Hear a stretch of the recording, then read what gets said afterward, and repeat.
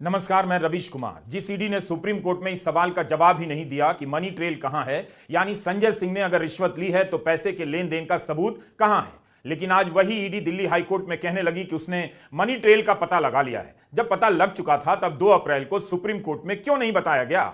आज ईडी ने कहा कि मनी ट्रेल है, हमने मनी ट्रेल का पता कर लिया है, पैसे का इस्तेमाल हो गया होगा, इसलिए पैसा नहीं मिल सकता है।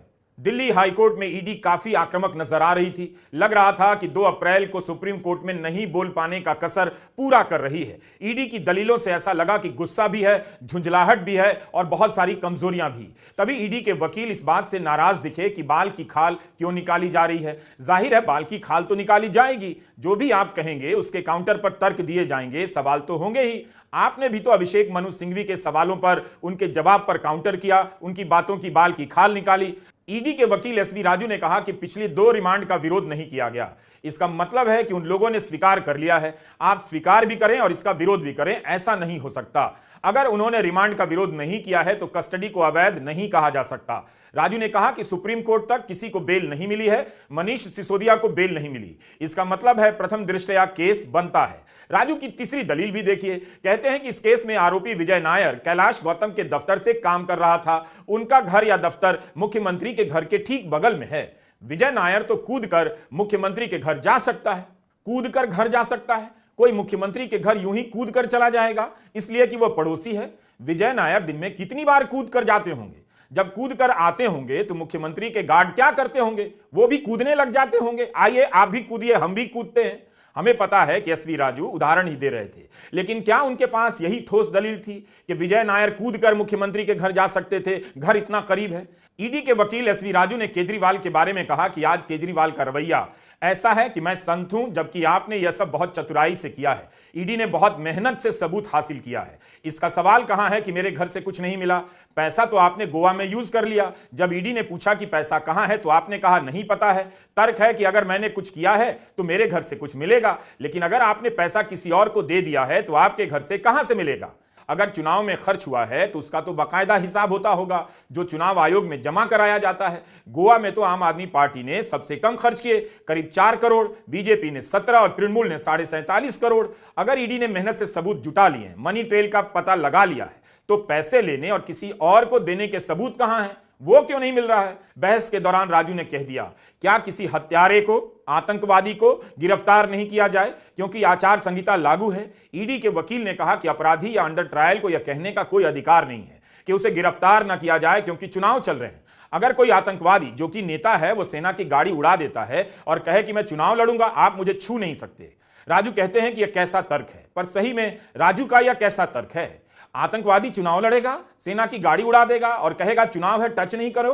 क्या अरविंद केजरीवाल के मामले की तुलना इन बातों से की जा सकती है? सत्यपाल मलिक ने तो पुलवामा को लेकर इतने संगीन आरोप लगाए, कुछ तो कार्रवाई हुई नहीं। क्या किसी की जवाबदेही तय हुई है? एसवी राजू के जवाब में सिंघवी ने कहा कि केजरीवाल के खिलाफ कोई सबूत नहीं है कि उन्होंने मनी लॉन्ड्रिंग की है। यह कल्पना से बाहर की बात है कि दिल्ली के मुख्यमंत्री हवाला से लेन देन कर रहे थे। सिंघवी ने कहा कि काबिल वकील ने आतंकवाद का विचित्र उदाहरण दिया। यह तो गंभीर अपराध का उदाहरण है। क्या यह सारा गंभीर अपराध चुनाव के नोटिफिकेशन के बाद हुआ है? अगर किसी मुख्यमंत्री ने गाड़ी उड़ा दी है तो गिरफ्तार होना चाहिए, लेकिन क्या यह सही तुलना है? सिंघवी ने कहा कि अपराध में शामिल पैसा केजरीवाल को नहीं गया, इसका प्रमाण भी नहीं है और विचित्र प्रकार की मिसालें दी जा रही हैं। अभिषेक मनु सिंघवी ने संजय सिंह की जमानत के आदेश को भी बहस के दौरान मिसाल के तौर पर पेश की। राजू के तर्क के सामने पूर्व चुनाव आयुक्त एसवाई कुरैशी के तर्क को आप रखकर देखिए। पूर्व मुख्य चुनाव आयुक्त ने आज इंडियन एक्सप्रेस में लिखा है कि चुनाव आयोग में हमारा एक सिद्धांत था जो हम हमेशा मानते थे कि जो भी चीज इंतजार कर सकती है उसे इंतजार करना चाहिए। सवाल है कि क्या केजरीवाल की गिरफ्तारी बाद में नहीं हो सकती थी? क्या पूर्व मुख्य चुनाव आयुक्तों को नहीं पता कि वे क्या बोल रहे हैं? उन्हें भी तो कुछ पता होगा, तभी तो कह रहे हैं कि इस मामले में चुनाव आयोग को दखल देना चाहिए, क्योंकि इस गिरफ्तारी से लेवल प्लेइंग फील्ड बिगड़ जाती है। ईडी को पता है कि जिसे गिरफ्तार किया गया है वह हत्यारा नहीं है, आतंकवादी नहीं है, दिल्ली का मुख्यमंत्री है। ईडी ने नाम भले नहीं लिया, उदाहरण नहीं दिया, लेकिन जिसकी जमानत के विरोध में यह बातें कही जा रही हैं वो दिल्ली का मुख्यमंत्री है। अगर केजरीवाल को गिरफ्तार किया जाना इतना जरूरी है, केजरीवाल इतने खतरनाक अपराधी हैं, तब फिर इसी शराब घोटाले में संजय सिंह की जमानत के विरोध में ईडी सुप्रीम कोर्ट में क्यों नहीं बोल सकी?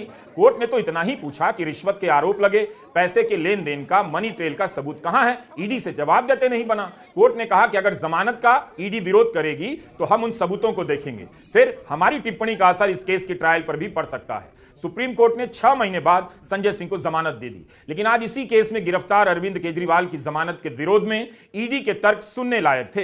हाई कोर्ट में राजू ने दावा किया कि उनके पास व्हाट्सएप चैट हैं, हवाला ऑपरेटर के बयान हैं, तो यही सब क्या ईडी सुप्रीम कोर्ट में नहीं दिखा सकती थी और संजय सिंह की जमानत का विरोध नहीं कर सकती थी? ईडी ने कहा कि गवाहों के बयान से लगता है कि केजरीवाल घोटाले में शामिल रहे हैं। ईडी कहती जा रही थी कि केजरीवाल निजी रूप से शामिल हैं। शामिल तो मनीष सिसोदिया और संजय सिंह भी बताए जाते हैं। 1 साल से सिसोदिया जेल में हैं, तो क्यों नहीं कुछ मिल गया ईडी को? 2 अप्रैल को राउज एवेन्यू कोर्ट में मनीष सिसोदिया ने अपनी जमानत याचिका में कहा कि मेरे खिलाफ सारी जांच पूरी हो चुकी है, मुझे जेल में रखने का कोई मतलब नहीं। इस बात की आशंका नहीं है कि मैं किसी भी तरह से जांच से छेड़छाड़ कर सकता हूं या सबूत मिटा सकता हूं। बेल के लिए किसी भी शर्त को मानने के लिए तैयार हूं। ईडी ने कहा कि हाईकोर्ट में किसी को बेल नहीं मिली है। ऐसा कहां लिखा है कि हाईकोर्ट में किसी एक केस में 2 लोगों को बेल नहीं मिली तो तीसरे को भी नहीं मिलेगी? सुप्रीम कोर्ट ने संजय सिंह को जमानत देते हुए यही कहा कि उनका आदेश नजीर नहीं है, लेकिन यहां हाईकोर्ट में सभी की जमानत रद्द हुई है, उसका इस्तेमाल नजीर की तरह किया जा रहा है। क्या ईडी ने नहीं देखा कि संजय सिंह की जमानत भी हाईकोर्ट में ही रद्द हुई थी और सुप्रीम कोर्ट से मिल गई है? दिल्ली हाईकोर्ट में आज ईडी के वकील एसवी राजू ने कहा कि ईडी आम आदमी पार्टी की संपत्ति जब्त करना चाहती है। पहले से ही कुछ संपत्तियां हैं जिन्हें जब्त भी किया गया है। एसवी राजू ने कहा कि अगर हमने संपत्ति जब्त कर ली तो आरोप लगेगा कि चुनाव के समय ऐसा किया, लेकिन हमारी किस्मत अच्छी है कि हम अभी जांच कर रहे हैं और जांच पूरी नहीं हुई है।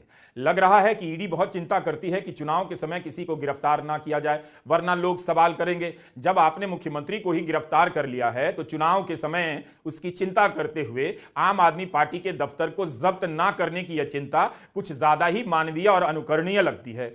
चुनाव के बीच ही तो आम आदमी पार्टी के विधायकों के यहां छापे पड़े। मंत्री कैलाश गहलोत से भी ईडी ने पूछताछ की है। चुनाव के समय ही तो तृणमूल कांग्रेस की उम्मीदवार और पूर्व सांसद महुआ मोइत्रा के खिलाफ ईडी ने मनी लॉन्ड्रिंग का केस दर्ज कर दिया। इसके पहले लोकपाल के आदेश के बाद सीबीआई ने एफआईआर दर्ज कर दी, जबकि इस समय महुआ मोइत्रा चुनाव में व्यस्त हैं। यहां तो चुनाव की चिंता ईडी को नहीं सता रही। यह महुआ मोइत्रा ने ट्वीट किया है। उनकी मां ने बेटी को मैसेज किया है कि अगर तुम्हें गिरफ्तार करेंगे तो मां उम्मीदवार बन जाएंगी। क्या महुआ मोइत्रा को गिरफ्तार कर नॉमिनेशन नहीं करने दिया जाएगा? ईडी की जांच की हालत तो कल संजय सिंह के मामले में देखने लायक थी, जब सुप्रीम कोर्ट ने पूछ दिया 6.5 महीने से संजय सिंह हिरासत में हैं, आपके पास क्या सबूत हैं? तो ईडी को जवाब देते नहीं बना। आज उसी केस में ईडी कह रही है जांच चल रही है, मनी ट्रेल मिल गया है, पैसा नहीं मिल रहा है, आम आदमी पार्टी की संपत्ति जब्त की जा सकती है। सुप्रीम कोर्ट में बोलती बंद हो जाने के बाद इस केस में ईडी के उत्साह पर बिल्कुल असर नहीं पड़ा।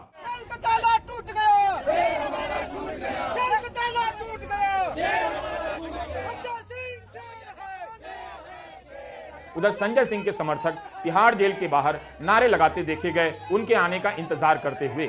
इससे पहले संजय सिंह को लीवर में किसी शिकायत के कारण दिल्ली के आईएलबीएस अस्पताल में भर्ती कराया गया था। संजय को अस्पताल से तिहाड़ लाया गया, जहां से उनकी रिहाई की कार्रवाई पूरी हुई। जमानत की शर्तों के अनुसार संजय सिंह दिल्ली से बाहर नहीं जा सकेंगे और उन्हें अपने फोन का जीपीएस ऑन रखना होगा।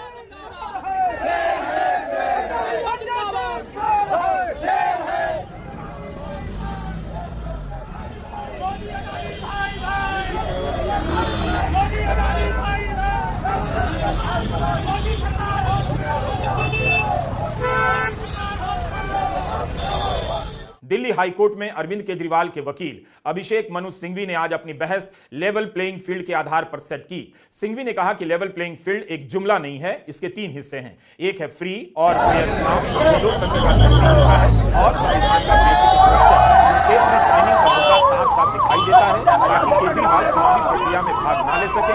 उनकी पार्टी से पहले वोट करने से पहले ही खत्म कर दिया जाए। सिंघवी ने कहा कि मनी लॉन्ड्रिंग के तहत 30 अक्टूबर 2023 को भेजा, 9वां समन 16 मार्च को भेजा। इस दौरान 6 महीने गुजर गए। साफ दिख रहा है कि बिना जांच, पूछताछ और सामग्रियों के आधार पर उन्हें गिरफ्तार किया गया है। खास बात है कि इसमें सेक्शन 50 है ही नहीं।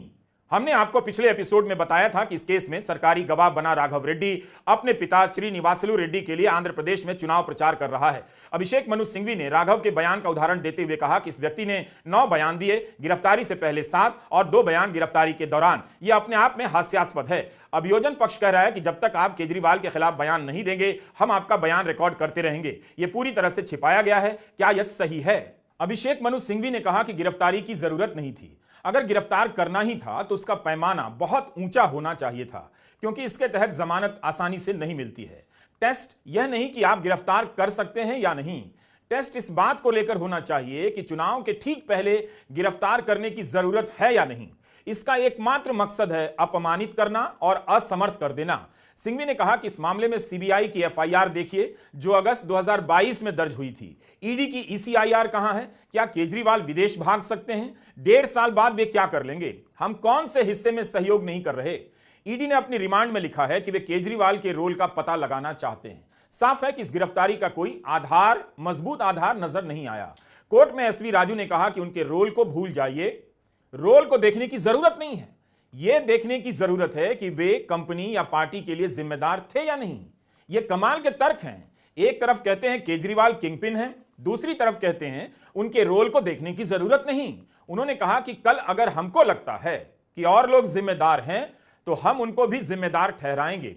ऐसे प्रभावशाली लोगों के खिलाफ सबूत जुटाना मुश्किल है, इसलिए कानून यह है कि जब ऐसे लोग शामिल हैं तब सरकारी गवाह पर निर्भर किया जा सकता है। दोनों की बहस के बाद हाईकोर्ट ने फैसला रिजर्व कर लिया। हमारे वीडियो एडिट करने और अपलोड करने तक फैसला नहीं आया था। ईडी की दलीलों को पढ़कर लगता है कि इतनी बातें कहने की जरूरत नहीं थी। एक लाइन में दलील पेश की जा सकती थी कि हम ईडी हैं, हम जिसे चाहें जब चाहें किसी को गिरफ्तार कर सकते हैं क्योंकि हम ईडी हैं। नमस्कार, मैं रवीश कुमार।